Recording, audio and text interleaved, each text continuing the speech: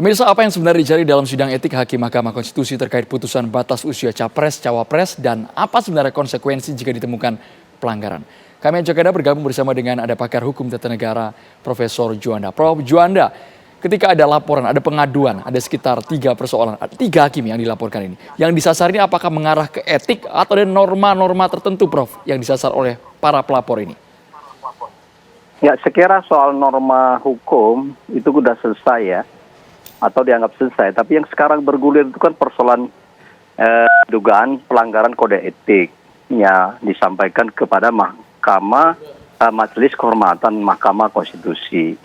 Dan Mahkamah Kehormatan Mahkamah Konstitusi itu sendiri diketuai oleh Profesor Jimli dan anggotanya Bintan Seragi dan satu lagi Hakim Konstitusi. Nah, pelanggaran kode etik yang diduga dilakukan oleh sekarang ini semua hakim, 9 hakim itu diduga melakukan pelanggaran kode etik. Tetapi yang paling ramai dibicarakan hanya satu, yaitu adalah Ketua Mahkamah Konstitusi. Ketua Mahkamah Konstitusi ini diduga ya melanggar kode etik, baik itu adalah undang-undang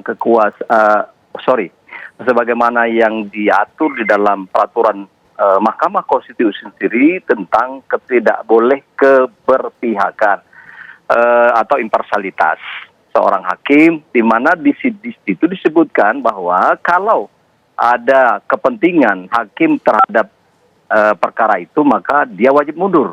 Nah, ini dugaan-dugaan seperti ini lagi diperiksa oleh Majelis Kehormatan Mahkamah Konstitusi. Apabila nanti ini ternyata terbukti, kita berharap ya Mahkamah Kehormatan atau Majelis Kehormatan Mahkamah Konstitusi itu yang diketuai oleh Prof. Jimli adalah tidak terpengaruh dengan pikiran-pikiran yang non hukum, apakah politik atau kekuasaan. Tetapi kita berharap sekaliber Prof. Jimli dan kawan-kawan ini adalah rakyat sangat berharap bergantung kepentingan untuk pemilu 2024 berdasarkan putusan yang 90/2023 itu, sehingga beribas kepada persoalan diduga pelanggaran kode etik. Nah, di sini tidak bisa kita main-main ya. Ini integritas Prof. Jimli dipertaruhkan di sini memang tidak banyak, tetapi ini menyangkut soal kepentingan rakyat banyak dan kepentingan negara kita ke depan. Termasuk adalah bagaimana hakim itu harus ya menjaga marwahnya sebagai hakim konstitusi yang harusnya bersikap berintegritas, adil, negarawan, dan seterusnya. Prof. Juanda, ini substansi dari aduannya sangat beragam. Ada yang meminta Ketua MK Anwar Usman selaku pamannya Gibran, ada yang memintanya mengundurkan diri, ada yang melaporkan semua hakim konstitusi, ada yang melaporkan hakim yang menyampaikan pendapat berbeda atau dissenting opinion, dan aduan yang mendesak agar segera dibentuk Majelis Kehormatan MK. Dari sekian banyak aduan sampai 18 bahkan kabarnya, yang mana yang paling masuk akal untuk ditindaklanjuti, Prof. Juanda? Ya.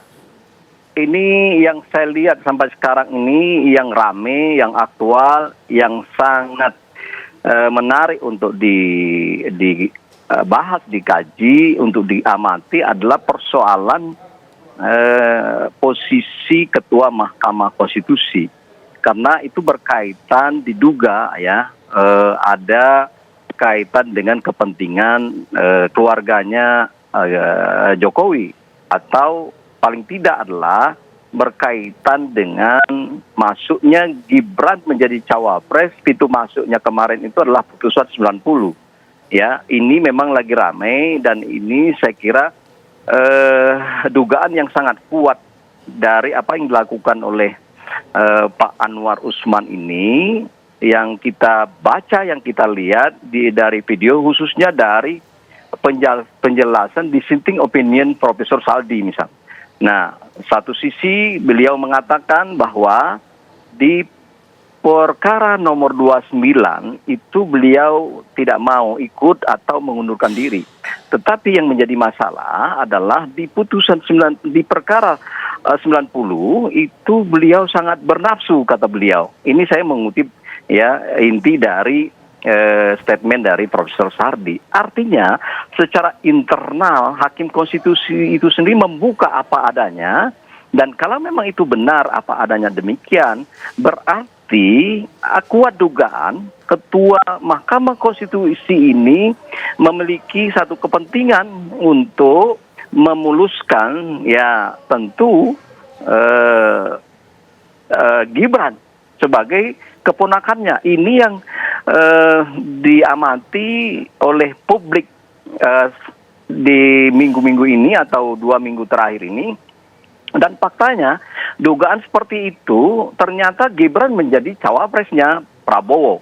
Nah, dari dugaan secara politik dan dari fakta hukum seperti ini, putusan seperti ini mengandung ya prasangka praduga yang ada kaitannya dengan pelanggaran kode etik. Dan oleh karena itu, supaya tidak terjadi bias atau fitnah, saya kira apa yang dilakukan oleh para pemohon pengadu dalam konteks kode etik di Mahkamah Majelis Kehormatan ini, saya kira benar-benar para anggota Majelis Kehormatan meneliti satu persatu secara akurat, baik itu data, alat bukti, saksi, dan seterusnya itu, dan dikonfrontasikan atau konfrontir ya dengan beberapa alat bukti yang lain. Kalau memang ditemukan, terbukti benar ya, apa yang dikemukakan oleh Prof. Saldi dan menyeruak ke atas ini adalah memang ada kaitan dengan kepentingannya Gibran, saya kira Prof. Jimli dan kawan-kawan tidak perlu lagi berselingkuh atau bermain politik dalam putusan ini, karena ini menyangkut kredibilitas Prof. Jimli sekaligus berkaitan dengan marwahnya Mahkamah Konstitusi yang sedang terpuruk sekarang.